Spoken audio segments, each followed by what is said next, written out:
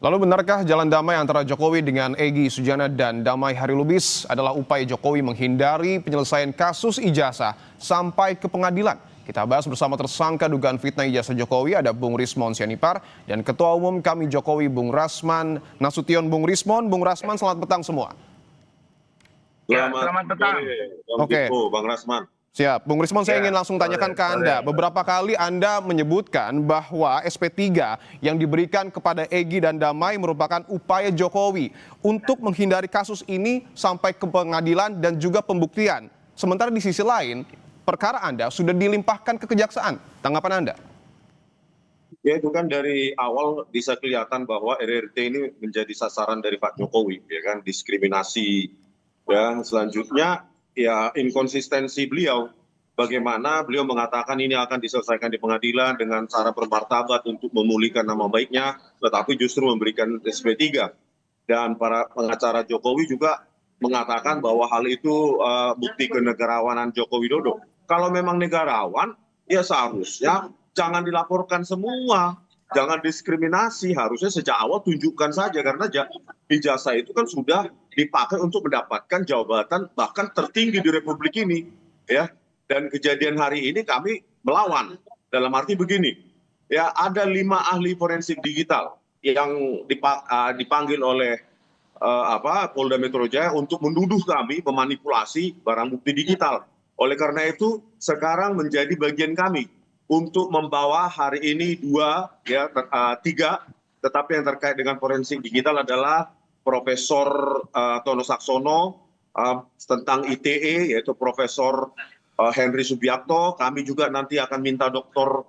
Ridho Rahmadi, ada juga Dr. Ledi dan lainnya gitu. Jadi supaya fair, ya, Polda Metro Jaya juga ya harusnya memberikan kesempatan 5 ahli kami, ahli ITE, para profesor dan doktor, sehingga didengarkan pendapatnya, dan itu dituliskan dalam BAP dan menjadi catatan dan perhatian untuk kejaksaan. Oke. Jadi tidak timpang.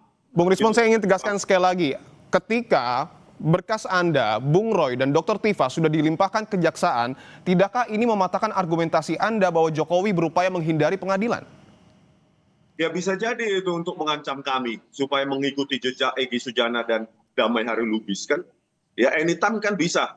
Pak Jokowi kan kelihatan ketika statement dari Bang Egy Sujana di rumah Jokowi, meminta Jokowi untuk memanggil, memerintahkan Kapolri, memerintahkan kepada Kapolda di Reskrimum. Di situ kan sudah ada relasi kuasa. Oke. Bahwa Bang Egy Sujana meminta kepada Jokowi, baik. berarti Bang Egy Sujana paham. Oke. Jokowi masih berkuasa atas kepolisian Republik Indonesia. Buktinya langsung dipanggil Kompol Sarip untuk memanggil yang ada di situ. Ternyata yang ada di situ itu Protadi dan Kombes Iman Manuk yang sudah ada sebelumnya, sebelum kedatangan Bang Egy Sujana. Begitu, Bang. Baik, kami sudah menangkap poin Anda. Saya ingin ke Bung Rasman. Bung Rasman, apakah betul Pak Jokowi berupaya menghindari pengadilan, terlebih ketika pemberkasan Bung Rismon dan kawan-kawan dilimpahkan, ini merupakan sebuah ancaman? Bisa Pak, kemana juga nggak bisa pokoknya. Enggak lah. Jadi gini, jangan terlalu lebay ya. Jadi orang Pak Rismon, Roy, Tifa itu dibuat klaster 2 itu karena memang dilihat ada pasal-pasal yang memang mereka lakukan. Nah, jadi kalau dikatakan ini upaya menghindari pengadilan, kan kita dari awal bilang bahwa Pak Jokowi itu justru menunggu di pengadilan. Nah, tetapi di perjalanan berjalannya waktu ada beberapa orang, termasuklah Pak Egy Sujana, yang bertemu dengan Pak Jokowi untuk melakukan restoratif justice.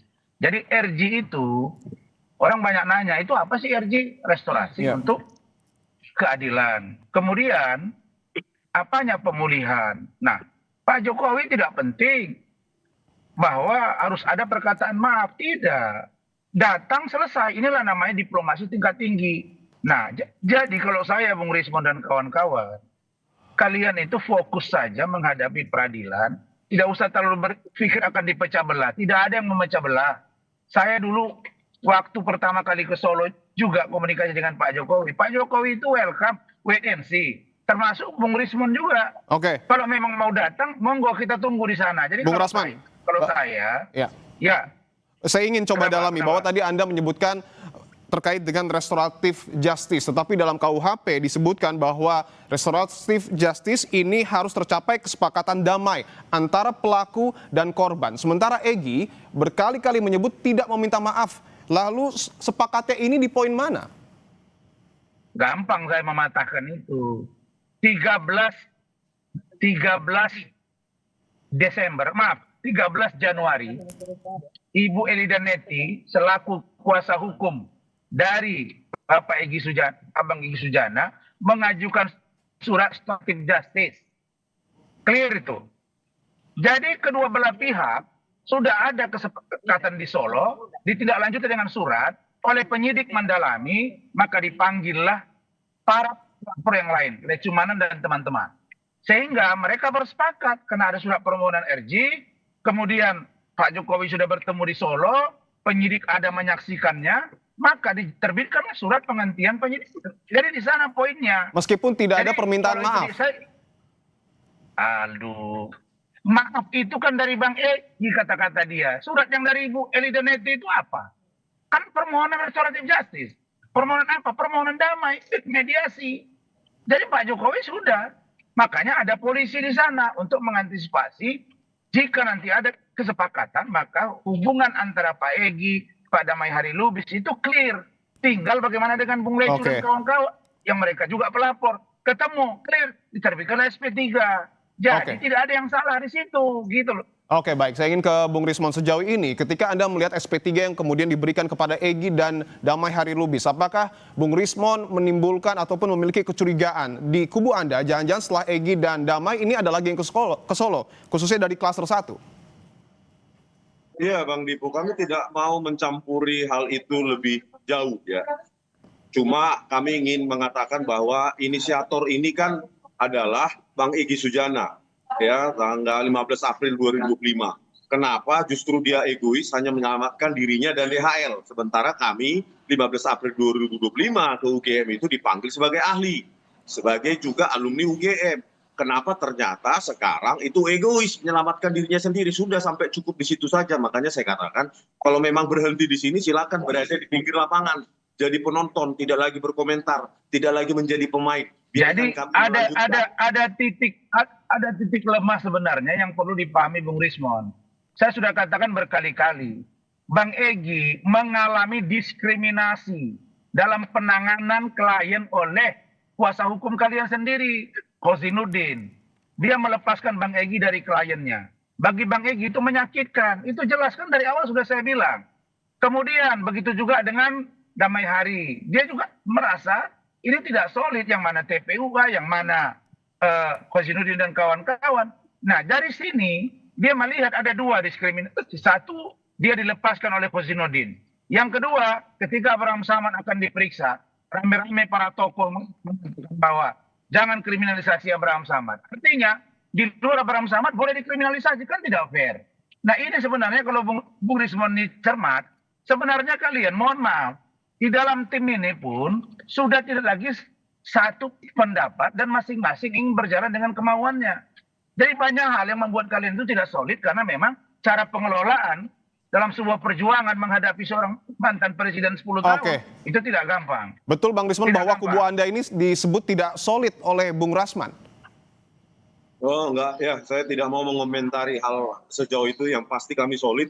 Cuma memang tentang kriminalisasi ya, kami juga mengalami kriminalisasi. Contoh, berkas sudah diajukan ke kejaksaan, padahal Polda Metro Jaya ya secara sepihak mengatakan buku Jokowi's White Paper itu tidak No. Diskriminasi yang saya sebut itu diskriminasi internal kalian. Ngomong dulu. Iya. Silakan Bung Rismon. Mereka berjanji, pihak Polda Metro Jaya menjanjikan untuk memanggil ahli kami untuk didengarkan sehingga bisa mendapatkan perspektif yang berimbang tentang manipulasi barang bukti digital atau pengeditan. Belum diperiksa ahli kami, yang ahli mereka, ahli dari Polda Metro Jaya 5 orang, kami satu pun tidak diperiksa. Baru hari ini, ya justru secara terburu-buru Polda Metro Jaya sudah mengajukan itu ke kejaksaan. Itulah bentuk relasi kuasa itu. Ya, relasi kuasa, ada yang memerintahkan Polda Metro Jaya terbirit-birit mengajukan berkas tersebut ke kejaksaan. Padahal baru hari ini ahli kami diperiksa. Belum lagi 3 lagi. Jadi 5 lawan 5 ini ahli IT yang akan kita ajukan. Belum ini diperiksa, sudah dimajukan di kejaksaan. Masa opini hanya 5 orang dari ahli dari kepolisian langsung.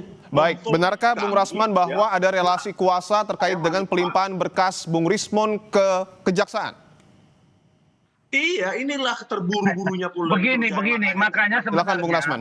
Bung Rismon dan kawan-kawan ini mereka kan punya kuasa hukum ya. Makanya saya bilang, Kozinudin itu kalau di mata saya pengacara kompor, tukang panas-panasin. Gini, dia tidak memberikan edukasi kepada kliennya. Contoh, kalau kalian katakan bahwa tidak ada pemeriksaan ahli, Bung Rismon itu biasa, itulah gunanya dilimpahkan ke kejaksaan, itu ada cross examination. Itu bisa dilakukan. Jaksa bisa memerintahkan, ini P19, oke, periksa ahli mereka. Itulah gunanya berlapis. Saya juga begitu. Ya, setelah dikirim berkas ke kejaksaan, diajukan ahli, diperiksa, nggak ada masalah. Sepanjang belum P21, jangankan pemeriksaan ahli. Pemeriksaan untuk kalian datang saja ke Solo, lalu kemudian terjadi restoratif justice, itu dihentikan perkaranya. Selesai. Jadi poinnya di sana, gitu loh. Jadi tidak perlu merasa diskriminasi secara pribadi atau kelompok. Yang saya sebut diskriminasi tadi apa? Bang Egy merasakan diskriminasi di internal kalian, bukan dengan Pak Jokowi. Silakan dijawab, Bung Internal Rismon. kalian tidak solid, kira-kira begitu. Silakan dijawab, Bung Rismon. Saya bingung kembali lagi ke statement Bang Egy Sujana ketika di bandara menjelaskan apa yang terjadi di 8 Januari 2026 yang lalu. Ya, Bang Egy meminta kepada terlapor ya untuk memerintahkan Kapolri, Kapolda dan Direskrimum dan langsung dipanggil oleh ajudannya Kompol Syarif. Di situ indikasi yang sangat kuat bahwa ini kriminalisasi. Bagaimana mungkin terlapor warga biasa bisa memerintah Kapolri, Kapolda, Direskrimum? Di mana logikanya terlapor memerintah? Berarti ada indikasi bahwa ya penyerahan berkas kami ke kejaksaan juga atas perintah terlapor. Yang sehingga terburu-buru tanpa memeriksa ahli kami, ini pasal 12 tahun loh, 8 tahun. Perintah begini. Pasal 32 dan 35. Tunggu bentar Bang. Pasal 32 dan 35 diterapkan secara main-main dan sepihak, dan saya kira itu indikasi yang kuat pengaruh dari terlapor untuk secepatnya menangkap kami. Begitu Bang. Oke, Bung Rasman, mungkin ini bisa menjadi sekaligus closing statement untuk Anda. Apakah artinya SP3 ini menurut Anda bukan langkah Jokowi untuk berupaya menghindari pengadilan? Tidak, sama sekali saya garansi tidak. Kan saya bilang bahwa Bang Egy sudah saya ajak untuk ketemu Pak Jokowi. Beberapa hal yang teknis tidak disepakati. Pak Jokowi bilang oke, selesai, enough. Nah, yang saya mau katakan bahwa kalau sudah begini posisinya, maka persiapkanlah dokumen bahan yang kuat. Sebagaimana yang Bung Rismon bilang, ada 1000 pertanyaan buat Pak Jokowi. Saya pastikan Pak Jokowi pasti akan hadir di pengadilan karena dia korban. Dia dan melakukan pembuktian ijazahnya, Bung Rasman. Yes, iya. Gajah Mada akan dipanggil. Saksi lain yang menguatkan bahwa Pak Jokowi pernah kuliah dan lulus. Jokowi sendiri, udah tanya dari sana. Pak Jokowi nggak ada masalah. Jadi sebenarnya kalian yang tidak solid secara internal, jangan dimerembet kepada Pak Jokowi. Oke, nah, yang Bung Rismon. Katakan, Bung Rismon. Ingatkan Kozinudin, bangsa-bangsa dia misalnya, bagi kami 100 tahun juga. Ya, Bung Rismon, siap. Bung Rasman, kami sudah menangkap poinnya. Bung Rismon, saya ingin tanyakan bahwa tadi Bung Rasman mengatakan Pak Jokowi akan membawa ijazahnya dan memperlihatkan di pengadilan. Tanggapan Anda, Bung Rismon? Pasti.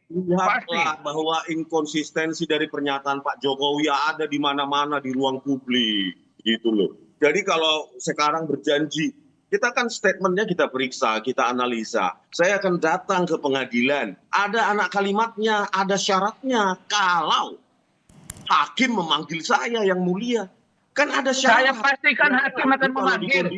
Bentar dulu Bang. Ya, kalau dikondisikan hakim tidak memanggil, dia akan beralasan hakim tidak memanggil saya. Kan tinggal tidak. Itu negative thinking. Tidak boleh dalam hukum acara. Dalam hukum acara Bung Rismon, makanya saya bilang, kalian kan punya pengacara, harusnya dijelaskan mereka dong.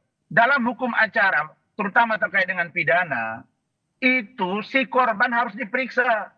Jangankan perdata juga. Dia harus menjelaskan, ditanyakan, akan dijelaskan mana ijazahnya, kapan kuliahnya. Tanya pengadilan pasti akan memanggil. oleh Itu jaksa perintah pengadilan. dengan hadir itu beda, Bang Rasman. Kalau hanya sekedar Tunggu dulu. periksa, nanti hasil pemeriksaan Pak dibacakan Joko, di Bung pengadilan Rismon. itu berbeda Bung dengan Rismon. hadir Bung berhadapan Rismon. dengan Baik, silakan, pidana, Bung Rasman. berhadapan dengan pengacara Saya jelaskan ke kami, Iya. Bung Rismon ya, Bung Rismon. Ya. Silakan Bung Dengarin Rasman. dulu saya, Bung Rismon. Saya pastikan majelis hakim pasti akan memanggil Pak Jokowi untuk datang dimintai keterangannya. Kenapa? Karena dia Sekarang korban dan siapa Bang pelapor. Rasman Nasution bisa memastikan Jokowi akan hadir di Nah, persidangan? pengadilan itu Bang Rasman memerintahkan dia pasti. siapanya Jokowi? Aduh, kalau dia tidak datang, dengarin kata-kata saya. Kalau dia tidak datang, pengadilan memerintahkan hakim, dia tidak datang, maka berpotensi laporan dia gugur secara hukum. Saya kasih contoh Nikita Mirzani. Oke. Oke, dia dilaporkan, disidangkan di PN Serang. Tidak datang, pelapornya di Tomaindra. 3 kali dipanggil hakim. Karena dia korban, dia lapor, gugur, bebas Nikita Mirzani. Jadi inilah yang saya katakan tadi, karena kuasa hukum mereka ini lebih banyak bicara ke media daripada mengedukasi kliennya. Ujungnya jadi seperti ini. Nah sekarang baru kalian tahu bahwa Egy Sujana itu ternyata penting. Dulu tidak penting-penting amat. Begitu dia pergi, baru kalian tahu, oh ternyata dia mahal ya. Nah itulah yang saya katakan, Oke. soliditas, kesepakatan, komitmen, bangunlah. Kalau kami ini, yang pendukung Pak Jokowi ini wait and see. Mau datang ayo, tidak juga tidak apa-apa. Bagi Saya kami, tambahkan dikit. damai Oke, baik. itu indah. Kalau Itu yang paling ini penting. masalah personal kami, ya, Abang jangan nyala-nyalakan PH kami dulu secara prematur. Loh, Baik. Kalau saya ini mengkritik kan masalah boleh. kami pribadi RRT itu kami ke Kutai Jalan Kutai Utara nomor 1 di Solo sana itu selesai Bang, sudah banyak yang nawarin, bukan hanya Baik, aja. abang-abang, kita sudah dapat Nawarin. poinnya. Tentu yang menjadi perhatian Masalah adalah, bangsa Ya. kita. silakan terakhir Bung Rismon, singkat saja. Ya ini masalah bangsa kita supaya sistem seleksi besok 2029 dan selanjutnya itu bisa diperbaiki. Oke, Jangan baik. ada wapres dengan lulusan cuma nggak lulus SMA cuma pakai surat keterangan bisa mencalonkan Baik. diri. Ini yang bahayanya mereka. Belum Baik, selesai baik. satu Kami kasus, sudah Pak mendapat Jokowi nambah poinnya. lagi ke Gibran. Bung Rismon dan juga Bingung saya Bung dengan Rasman, kalian. kita lanjutkan di lain kesempatan. Masa kasus seperti Dan tentu kita ini? akan tunggu proses hukumnya. Terima kasih sekali lagi Bung Rismon dan juga Bung Rasman telah bergabung di Kompas Petang.